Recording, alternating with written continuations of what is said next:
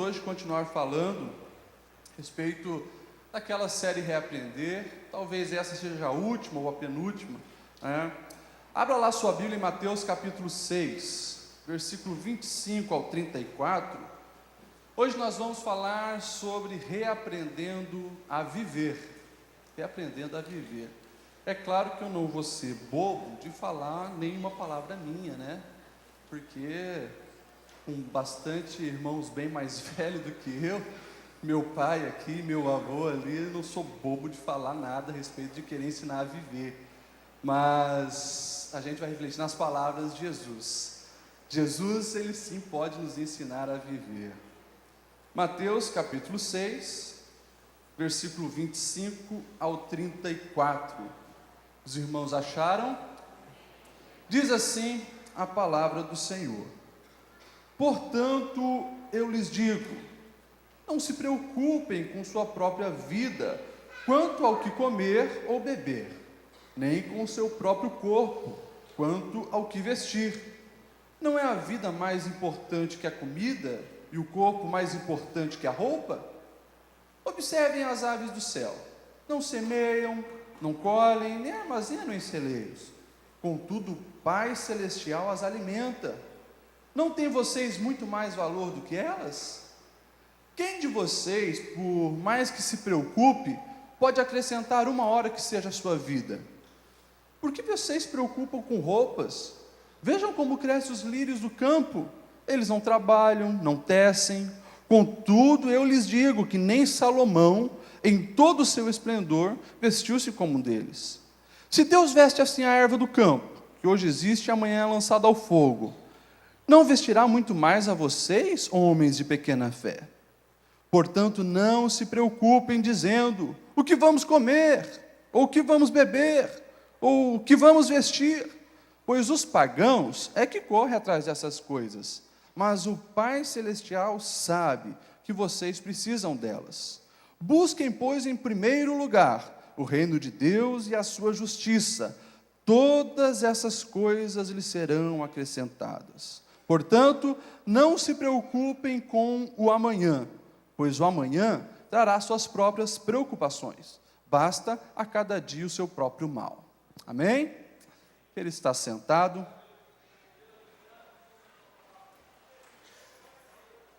Irmãos, para introduzir eu vou fazer uma pergunta para você. O que você tem feito para viver melhor? Não precisa responder em voz alta. Reflita interiormente. O que você tem feito para viver melhor? Se você sair daqui e ir no shopping, numa livraria hoje, você vai ver, olha, prateleiras e prateleiras de livros tentando ensinar as pessoas a viver melhor. São os livros de autoajuda e por dia deve aí surgir no mundo algumas dezenas. Cada dia aumenta mais os livros de autoajuda.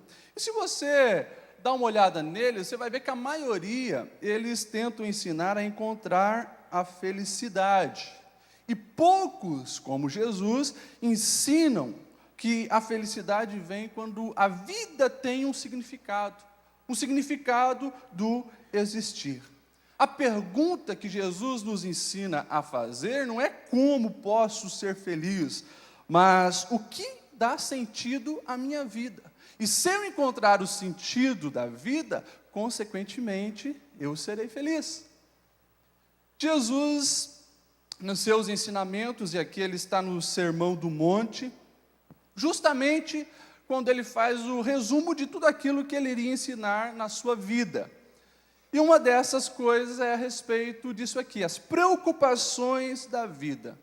E nesse texto que nós lemos, eu gostaria de compartilhar 3 dicas simples que Jesus nos dá para que nós venhamos viver melhor, viver em abundância, viver a vida que Ele planejou para cada um de nós. E a primeira coisa está muito simples aí.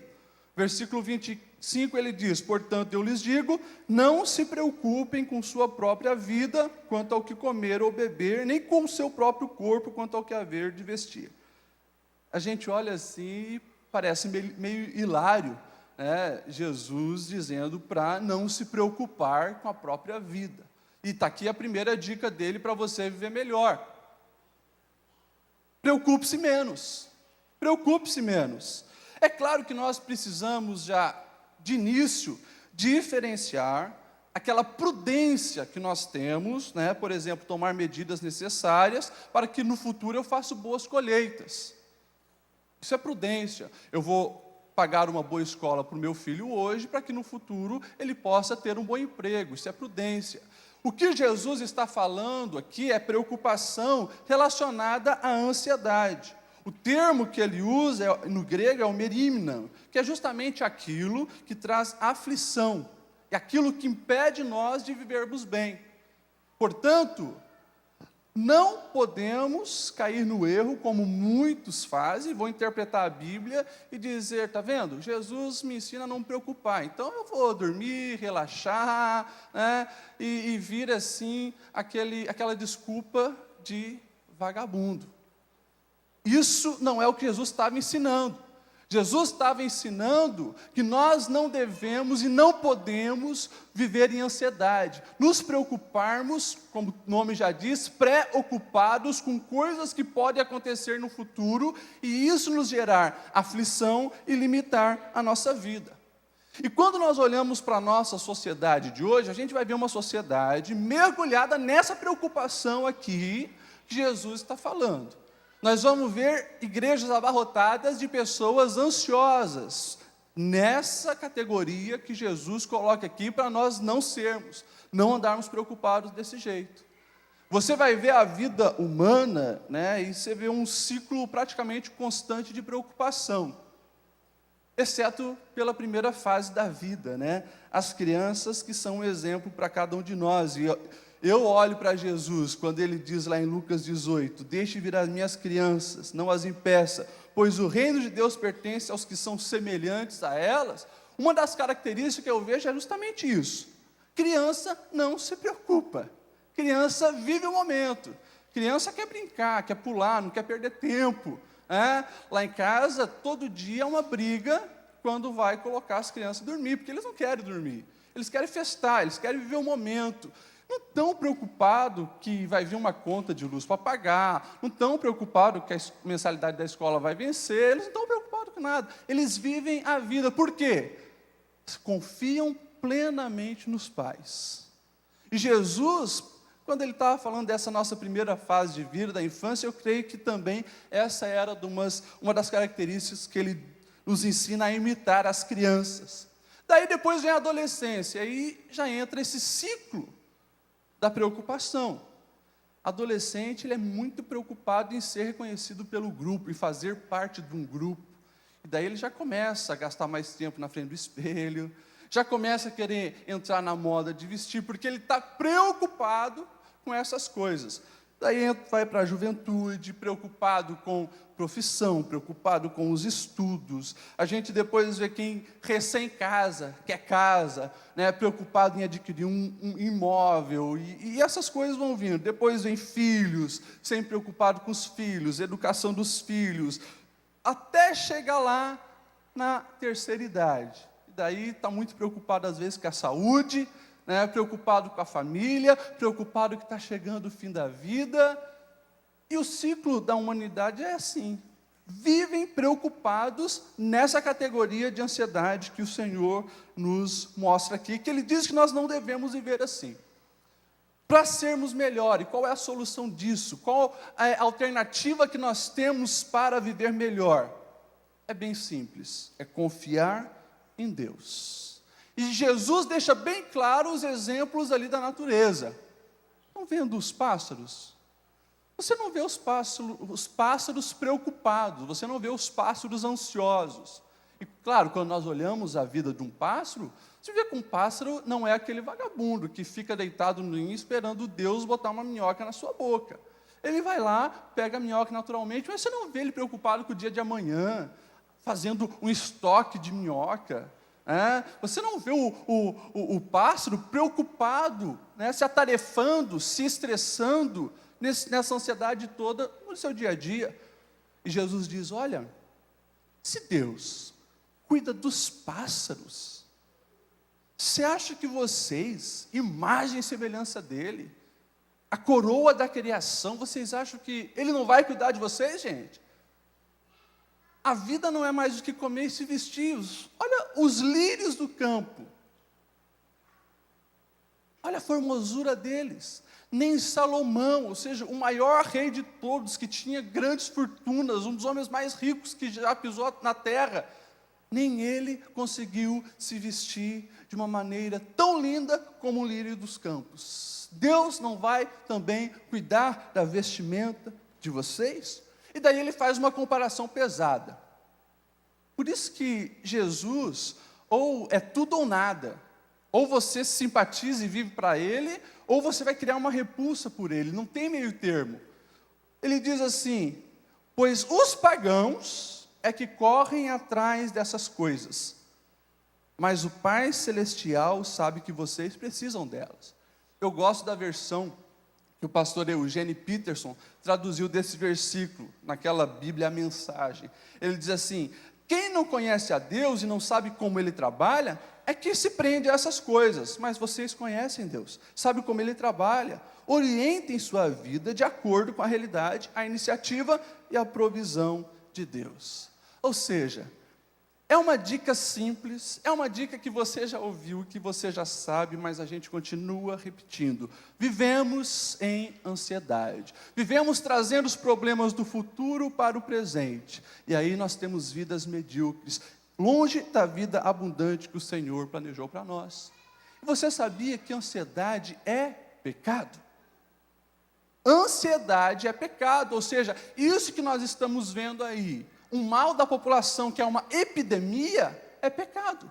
Cada vez que eu sou ansioso, cada vez que eu me preocupo com o futuro, eu estou tirando a minha confiança em Deus.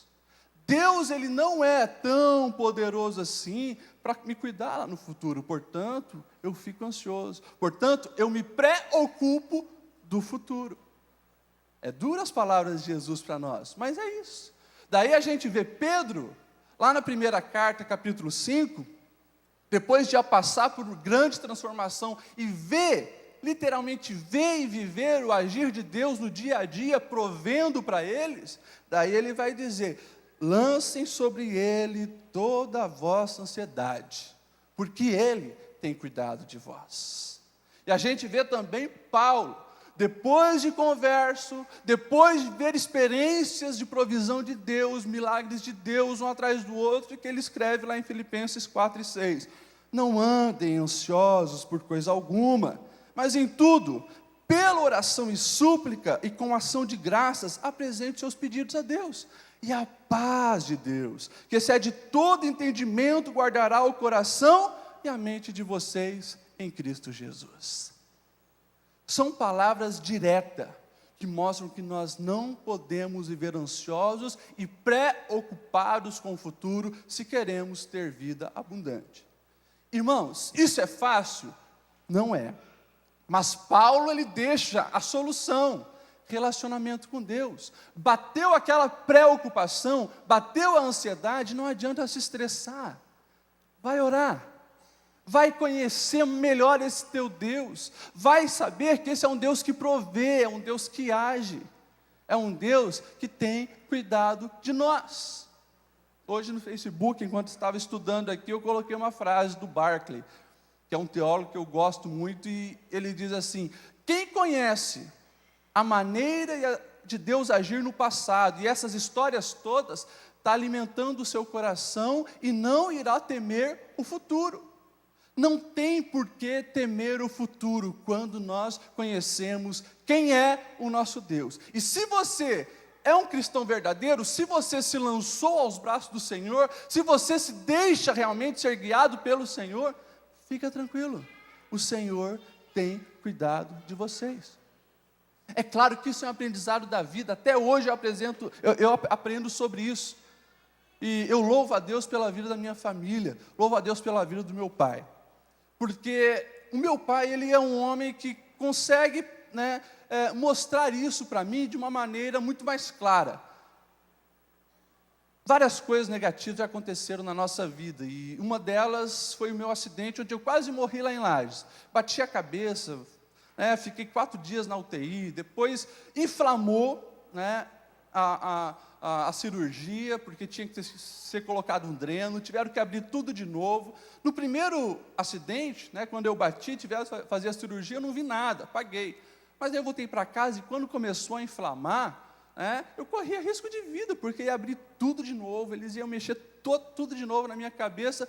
Eu olhava para o meu pai, às vezes a gente pensa, mas que homem frio, não se estressa, não fica apavorado. E a gente vê, daí nos momentos de oração, confia em Deus.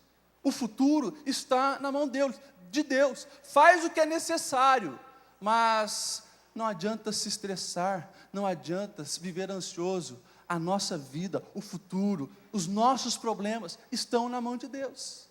Quer viver melhor, meu irmão? Então, se preocupe menos e mostre mais confiança no Senhor. Segunda coisa que nós vemos aqui, uma dica muito clara de Jesus para nós vivermos melhor e reaprender a viver a cada dia: busque aquilo que tem valor eterno. Preocupe-se menos, busque o que tem valor eterno. Versículo 33 da passagem que nós lemos: busquem, pois, em primeiro lugar o reino de Deus e sua justiça, e todas essas coisas lhe serão acrescentadas. Ou seja, o ser humano vive buscando um monte de coisa, mas esquece do que tem valor eterno, esquece do essencial. Busque o essencial, as outras coisas virão junto.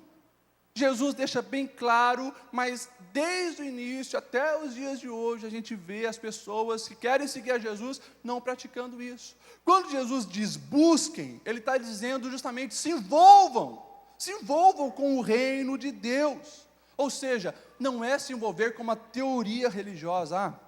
É para mim então buscar o reino de Deus, então eu vou fazer teologia, vou estudar grego, vou estudar hebraico, vou me tornar um perito na ortodoxia, na teologia, e vou mergulhar, estudar, mas não sai da teoria. Jesus não estava falando isso. Isso não é buscar o reino de Deus. Buscar o reino de Deus é prática, mas não é também uma prática religiosa como as pessoas pensam que é buscar o reino de Deus. É fazer uma procissão, é fazer uma vigília, ou é apenas vir na igreja. Não é isso. Não é isso. Buscar o reino de Deus, Jesus resumiu em 2 coisas: amor a Deus acima de tudo e amor ao próximo. Amor a Deus com certeza vai resultar em mais oração, mais meditação na palavra, mais jejum, congregar com os irmãos. Amor a Deus envolve isso e, consequentemente, junto, amor ao próximo. Isso é buscar o reino de Deus, se envolver com o reino de Deus. E quando eu falo em amor ao próximo, irmãos, aí o leque é muito mais amplo, mas é cuidar bem da sua família, a comidinha gostosa que a mamãe faz, a roupa passadinha, o cuidado com o jardim do papai. Isso tudo é reino de Deus. Valorizar o cônjuge, valorizar o esposo, valorizar a esposa com gesto, com palavras, com atitudes, educar bem os filhos, ensinar a palavra para os filhos, isso é reino de Deus. Levar um pedaço de bolo para o vizinho do lado. Quanto tempo mais você não faz isso, irmãos? Isso é reino de Deus. Obedecer às leis do trânsito, respeitando os limites dos outros, isso é reino de Deus. Ajudar órfão, viúva, visitar hospitais, os necessitados, orfanatos, isso é reino de Deus. Enviar um SMS para o irmão, naquele dia que ele não está bem, dizer Deus te ama, Deus está contigo, isso é reino de Deus. Nós precisamos se envolver muito mais com o reino de Deus. Mas a pergunta é: por que não nos envolvemos mais com o reino de Deus? E a resposta é justamente porque nós estamos muito envolvidos com o nosso reino e não nos envolvemos com o reino de Deus. Só que a gente esquece que o padrão de qualidade que você deseja alcançar na sua vida, meu irmão, ele é inatingível. Eu vou repetir isso: o padrão de qualidade que você quer atingir na sua vida é inatingível. Ou seja, você não faz mais bolo para o vizinho, você não cuida da família, você, faz tantas outras coisas, por quê? Só ficar rico. Preciso ter uma casa nova, um apartamento melhor, uma casa na praia. Se eu tenho um bom carro, eu preciso de um melhor ainda. Se eu tenho uma televisão de 56, eu preciso de uma maior ainda. E a gente vai conquistando os nossos objetivos, mas a gente nunca está satisfeito, porque sempre tem coisas a mais para conquistar. E a gente gasta a vida, não se envolve com o reino de Deus, porque estamos montando o nosso próprio reino. Nós vivemos em dias assim, tanto que pessoas sobrecarregadas são vistas já de uma maneira virtuosa. Ou seja, aquele que está com a atividade até aqui, esse é uma pessoa trabalhadora, esse é um bom profissional. Médico que não tem mais agenda para o ano, esse é um bom profissional. Advogado que não dá conta da sua agenda, esse é um bom profissional. Ou seja, quem limita as coisas para viver uma vida de mais qualidade, com menos preocupação, para que busque coisas que têm valor eterno, amando pessoas, se envolvendo com família, se envolvendo com Deus, esses não são. É o padrão da nossa sociedade, irmãos. Nós precisamos cuidar para não estarmos cegos desse jeito. Por isso que Jesus ele deixa bem claro: não se preocupem, mas busquem em primeiro lugar o reino de Deus. E quando você se envolve com as coisas do reino de Deus, essas outras coisas que você busca, elas vão vir junto. E daí os resultados são o que nós temos visto aí. Qual a consequência de toda essa inversão? De vez de buscarmos o reino de Deus, estamos buscando o nosso reino. É frustração. E você vê aí multimilionários na reta final da vida frustrado. Por quê? Porque não tem o amor do filho, porque já está no 15º casamento, porque não sabe se os amigos que ele tem são porque gostam dele, ou porque gostam do dinheiro dele. Você vê isso, buscou a vida inteira o seu reino, e daí chega no final da vida frustrado. Irmãos, nós precisamos ter essa noção que nós não encontraremos o sentido da vida no nosso reino, é só no reino de Deus. E junto com a frustração, nós temos consequência de estresse, e todos os efeitos aí do estresse.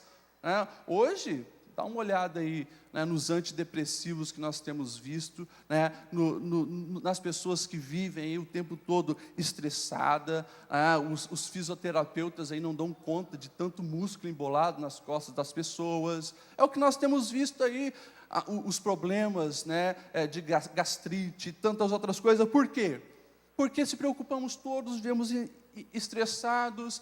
Daí, junto com isso, estressado, a gente toma atitudes impensadas, que um grande exemplo disso é o próprio Judas Iscariotes. Agiu impensadamente, preocupado com o seu reino, queria riqueza, vende Jesus. Quando cai a ficha, é tarde demais, toma uma atitude impensada, se suicida. Vem depois o desânimo de viver, porque tudo que buscou não trouxe sentido. Essas são as consequências, irmãos, de quando não buscamos em primeiro lugar o reino de Deus, mas o nosso reino. Preocupe-se menos, valorize e busque aquilo que tem valor eterno, busque o reino de Deus. E a terceira coisa, desfrute a vida hoje. A falta de confiança no Senhor nos leva então a esse ativismo, que daí impossibilita o nosso viver hoje.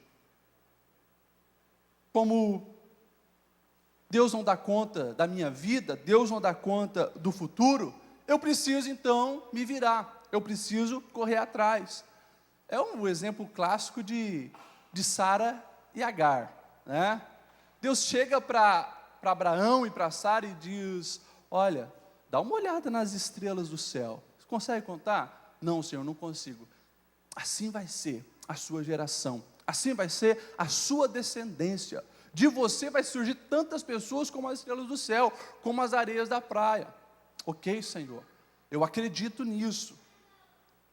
Milagre, porque ele já estava com 75 anos. O tempo vai passando, a promessa não se cumpre, ou seja, poxa, Deus errou. Deus não vai dar conta de cumprir essa promessa. E daí a Sara chama Agar e diz: olha, você hoje vai deitar com meu marido, e quando nascer o bebê, vai ser nos meus joelhos, porque daí vai ser como se fosse meu filho.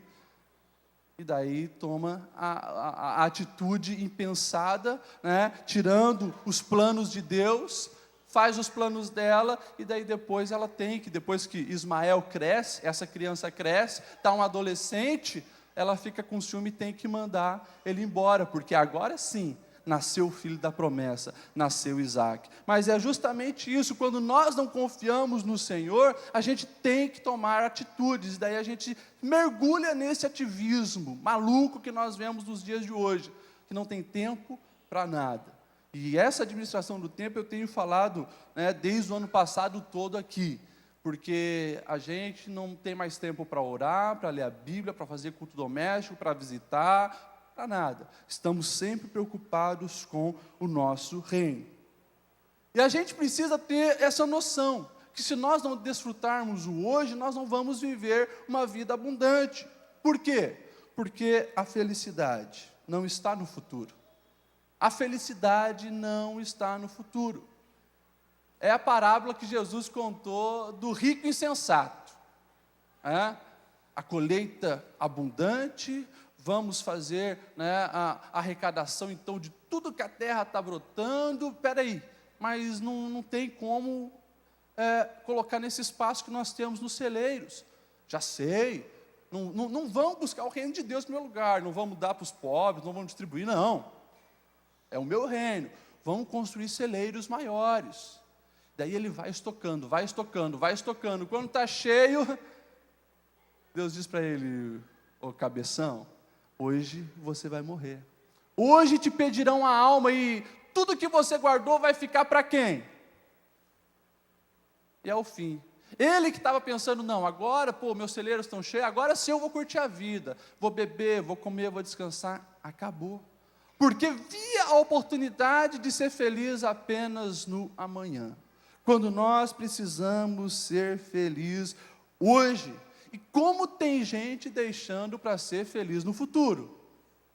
Você vê as pessoas se acabando hoje, se matando hoje, na expectativa, não, porque eu preciso, né, ajeitar as coisas, para quando eu me aposentar, daí sim eu vou curtir a vida. E se não chegar lá? Viveu para quê? E nós temos visto, irmãos, pessoas de 70 anos que viveram 5 anos de qualidade na vida. Pessoas de 80 anos que viveram 10 anos de qualidade na vida. Sendo que o Senhor nos oferece a oportunidade de cada dia sermos felizes, cada dia sermos abençoados. Nós precisamos, irmãos, viver contentamente. Hoje, contente. E eu gosto dessa palavra, contentamento. O termo vem do latim, né? A palavra em latim é contento, e significa contido, e vem de conteúdo, e a palavra contentamento é justamente isso, quem vive feliz com o conteúdo que já tem, isso é contentamento, ou seja, com aquilo que o Senhor já te abençoou hoje, seja feliz com isso. Ah, pastor, você está dizendo então para mim ser medíocre, para mim não buscar coisas novas. Pode buscar coisas novas, mas viva contente com o que você já tem. Ou seja, se vir coisas maiores, amém, estou feliz. Mas se ficar só com o que eu tenho hoje, amém também, estou feliz. Vou viver contentamente. E aí, nós temos visto na distorção do evangelho que acontece hoje, né? Pseudos evangelhos, pseudos pastores ensinando totalmente o contrário. Porque você chega em alguma igreja e ela diz: ih, mas tu está andando com fuca, rapaz. Não, você não pode se contentar com isso. Deus tenha mais para ti. Ou seja, ela até chegou contente com o fuquinha, estava andando, estava bem, mas alguém já falou para ela que ela não deve se contentar com aquilo. Se contente com o Fuca, se Deus te der uma Brasília, um Monza, seja lá o que for, se contente também, mas nós precisamos viver contentamente. É a distorção do próprio Salmo 23. O Senhor é meu pastor e nada me faltará. E as pessoas acham, bom, se o Senhor é meu pastor, não vai me faltar nada. Eu vou pedir uma Mercedes-Benz, eu vou pedir um apartamento na praia, porque nada vai me faltar. Não, distorção. O que o salmista queria dizer é justamente: o Senhor é meu pastor, e se eu tenho Ele, de nada mais eu terei falta, porque é Ele que é o sentido da minha vida, Ele que dá o sentido para o meu existir. Ou seja, irmãos, se nós já temos o Senhor, você já tem motivo suficiente para viver contente. Se você possui Jesus no seu coração, você possui a melhor coisa que a vida pode te oferecer: viva contentamente. E quem não vive contentamente, quem não vive alegre, contente com o que tem, está desvalorizando tudo que o Senhor já te deu. Quando a gente precisa olhar para a nossa família, olhar para as nossas posses, olhar para onde estamos e reconhecer que estamos onde estamos porque a graça e misericórdia do Senhor foi sobre a nossa vida, eu vou valorizar isso. Se não é a melhor família, se tem muitos problemas, valorize. Quem sabe se você valorizar e orar e colocar nele as ansiedades, a coisa muda. Mas se você desvaloriza, resmunga, murmura, xinga, irmão, isso não vai realmente trazer o resultado eficiente para a sua vida. E você vai viver uma vida medíocre e infeliz, que não é o que o Senhor planejou para você.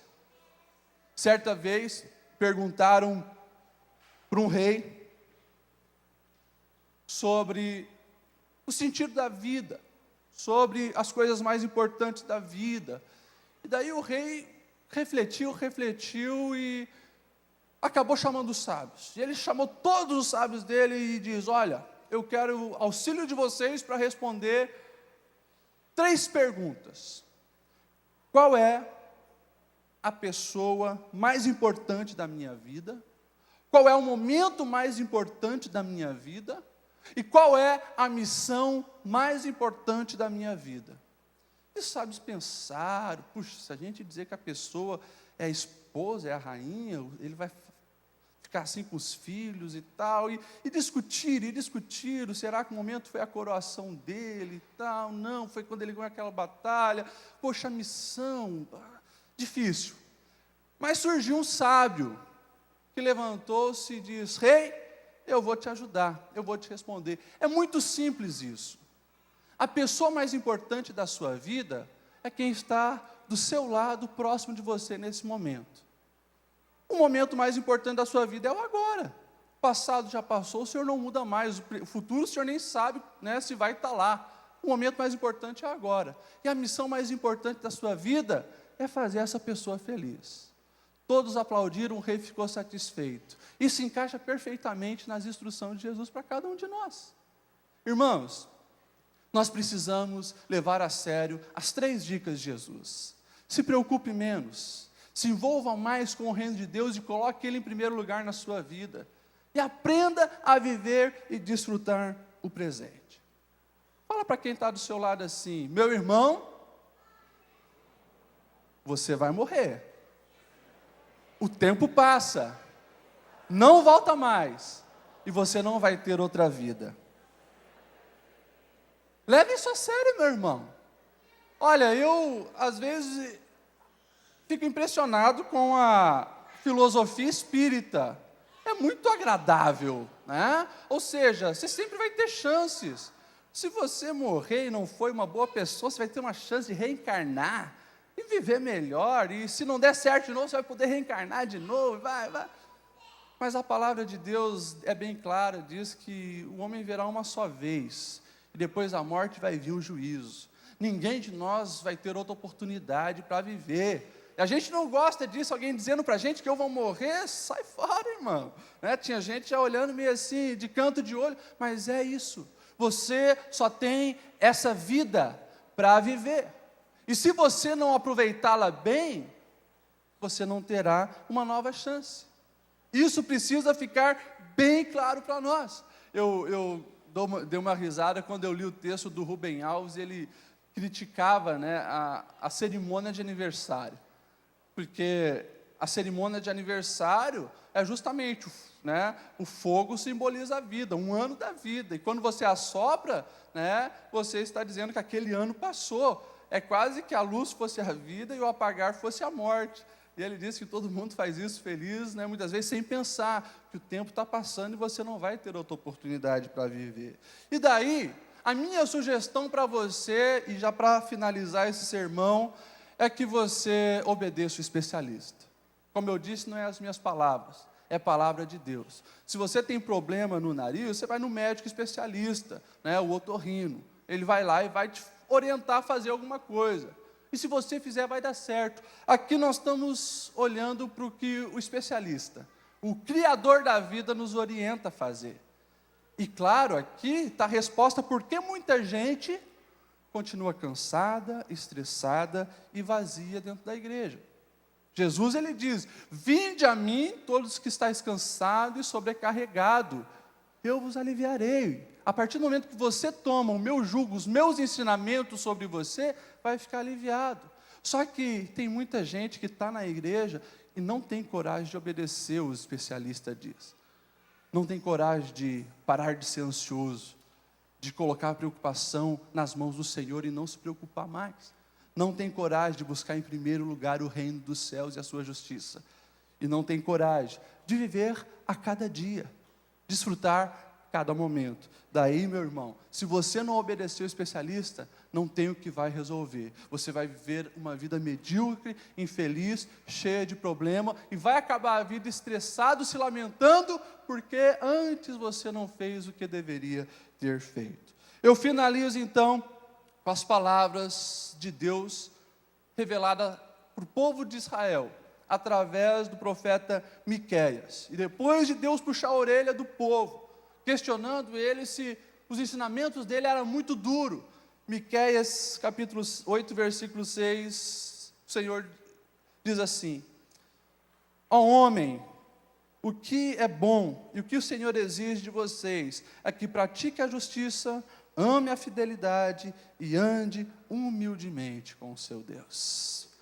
Que essas palavras, meus irmãos, realmente entrem em nosso coração. E a gente venha olhar para os ensinamentos de Jesus e reaprender a viver. Eu fiz questão de pregar hoje, dando continuidade àquilo que a gente falou semana passada. Sempre é possível recomeçar. Nós falamos sobre reaprender a recomeçar, porque eu olho para algumas coisas na minha vida e eu vejo, eu preciso reaprender a viver algumas coisas na minha vida. Vamos se colocar em pé? Vamos orar? E depois nós vamos ter também um momento de oração. Mas eu quero que você feche seus olhos. Você sabe como é que está a tua vida. Você sabe se você tem obedecido essas instruções do Senhor ou não. Deus, obrigado, Senhor, pela Tua palavra. E aquilo que Tu nos ensinaste, Senhor, quando comparado com a realidade dos nossos dias, chega a chocar. Chega a ser assustador. Porque a gente vai levando a vida, Senhor, conforme a correnteza do mundo. Mas a gente sabe que a Tua proposta, os Teus ensinamentos é remar contra. Os Teus ensinamentos são contra a cultura. Nós precisamos de muita graça. Nós precisamos de muita ajuda. Nós precisamos, Senhor, de muito esclarecimento, para que nós venhamos a cada dia obedecer os Teus ensinamentos. Ensina-nos, Senhor, a confiar mais em Ti. Deus, nós olhamos para a Tua palavra e não vemos uma pessoa sequer que confiou em Ti viver frustrada. Deus, Tu és um Deus que cumpre o que promete, é um Deus que cuida dos seus, é um Deus que faz o impossível acontecer para aqueles que confiam em Ti. Portanto, Senhor, ensina-nos a confiar mais em Ti, fortaleça a nossa fé.